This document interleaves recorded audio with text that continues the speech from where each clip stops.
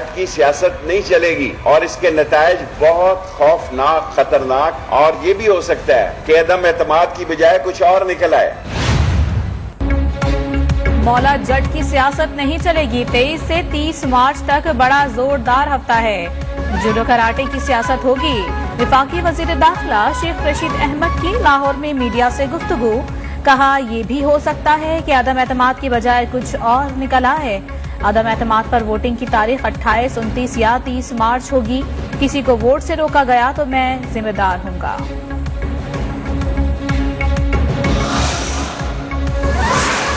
MQM वक्फ की कायदे हिज़्ब इख्तिलाफ शहबाज शरीफ से मुलाकात। पीडीएम सरबराह मौलाना फजलुर रहमान भी मुज़ाकरात में शरीक। मुल्की सियासी सूरत हाल पर तबादला ख्याल।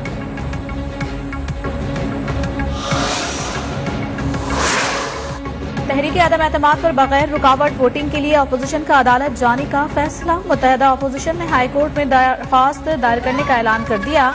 JUIF के रहनुमा अब्दुल गफूर हैदरी कहते हैं आज PP, नून लीग और JUIF के वकला की मीटिंग होगी। कल दरखास्त दायर करेंगे।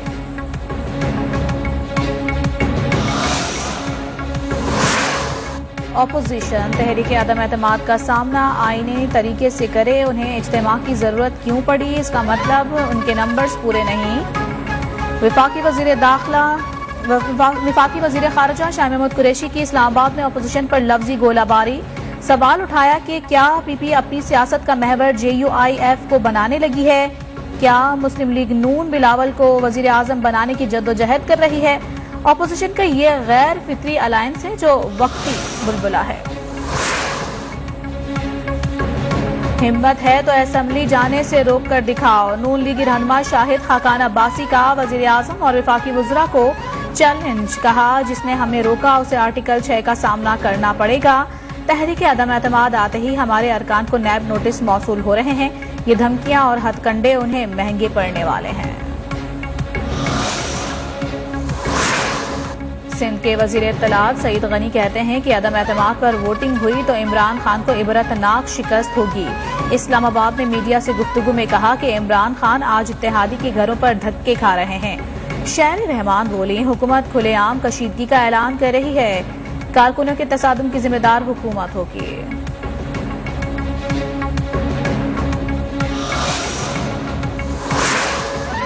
इस्लामाबाद की इंसदाद दहशतगर्दी अदालत ने पार्लियामेंट हमला केस का फैसला सुना दिया। सदर मुमलिकत वफाकी वज़रा और PTI रहनुमाओं की बर्रियत की दरखास्तें मंजूर। डॉक्टर आरिफ अलवी, जहांगीर तरीन, अलीम खान, सैफुल्लाह नियाजी दहशतगर्दी के मुकदमे से बरी। शाह महमूद कुरैशी, परवेज खटक, असद उमर, शफकत महमूद भी बरी हो गए।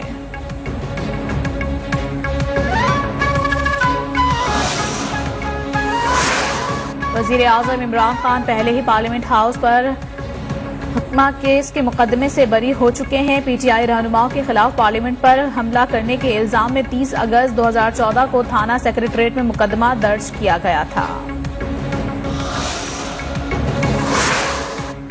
इलेक्शन कमीशन ने ममनुआ फंडिंग केस में तहरीक इंसाफ की इल्तवा की दरखास्त मुस्तरद कर दी। चीफ इलेक्शन कमिश्नर ने रिमार्क्स में कहा है कि 7 साल से इल्तवा ही हो रहा है।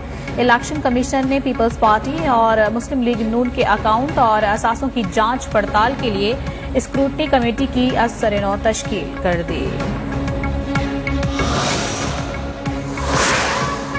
गैर मुल्की फंडिंग केस में फैसले का वक्त आ गया। स्क्रूटनी कमेटी रिपोर्ट में इल्जामात साबित हो चुके।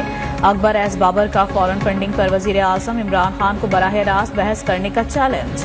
PTI ने मुल्क में पॉलिटिकल फंड रेजिंग की बुनियाद रखी। वज़ीर मुमलिकत फरूख हबीब का कहना था कि ओवरसीज पाकिस्तानी वजीर आजम इमरान खान पर मुकम्मल एतमाद करते हैं।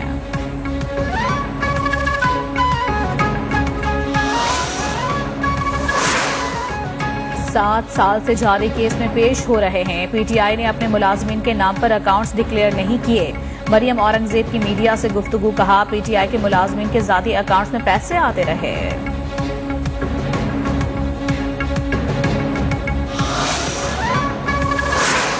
नैब एग्जीक्यूटिव बोर्ड इजलास में मुख्तलिफ इंक्वायरीज और इन्वेस्टिगेशंस की मंजूरी दिए जाने का इम्कान। Chairman NAB justice retired Javed Iqbal कहते हैं नैब एहतसाब सबके लिए की पॉलिसी पर अमल पैरा है। 4 साल में बदउनवान अनासर से 584 अरब रुपए बरामद किए।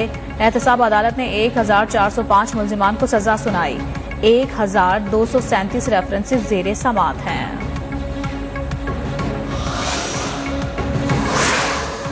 आज़ाद कश्मीर के लोग पाकिस्तान से अलहदा नहीं रह सकते। वज़ीर आज़म आज़ाद कश्मीर कहते हैं कि इमरान खान के इक़दामात से मुल्क की खारजा पॉलिसी दुरुस्त समत में है। इस्लामाबाद में मीडिया से गुफ्तगू में सरदार अब्दुल क़य्यूम नियाज़ी का कहना था कि कश्मीरियों के लिए इमरान खान के इक़दामात को कदर की निगाह से देखते हैं।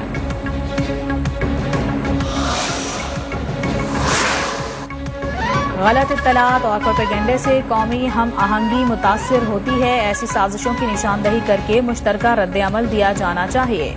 Army chief general Qamar Javed Bajwa का लम्स के असातिज़ा और तलबा से तबादला ख्याल।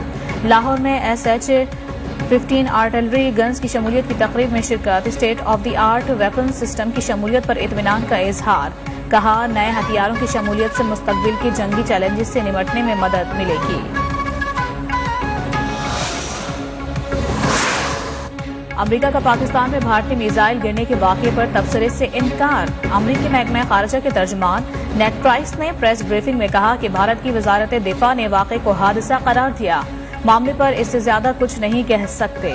भारत में यूरेनियम चोरी और इस हवाले से गिरफ्तारियों पर भी अमरीका का वाज़ेह झुकाव भारत की जानिब।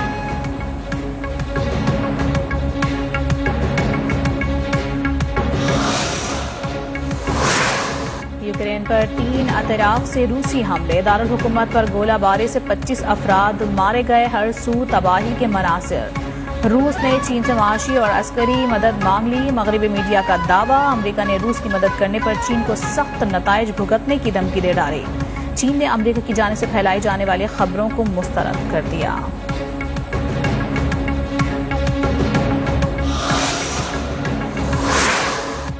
रूस यूक्रेन मुज़ाकरात के बाद आलमी तेल की कीमतें $100 से भी नीचे आ गईं। अमरीकी क्रूड ऑयल की कीमतें 8% से ज्यादा नीचे आ गईं। ब्रेंट ऑयल भी 10% तक गिरावट का शिकार। ईरान पर पाबंदियों की नरमी की खबरों ने तेल की कीमतों को रिवर्स गियर लगा दिया।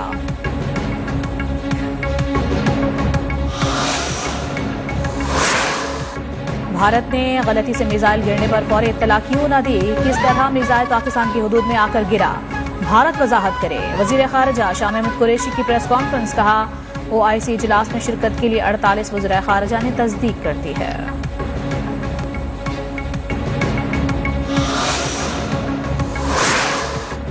मकबूजा कश्मीर में भारतीय फौज की वहशियाना कार्रवाइयों में तेजी आ गई। रियासती दहशतगर्दी के दौरान पुलवामा में एक और नौजवान को शहीद कर दिया गया। पुलवामा में आवांतीपुरा के इलाके 4 सू में तलाशी और मुहासिरे की नाम निहाद कार्रवाई की गई।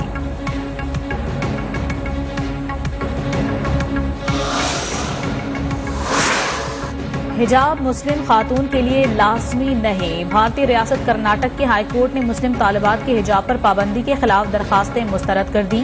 तालीमी इदारों की जानिब से आयद पाबंदी बरकरार रखने का हुक्म। कर्नाटक हाईकोर्ट ने तमाम दरखास्तें खारिज कर दी।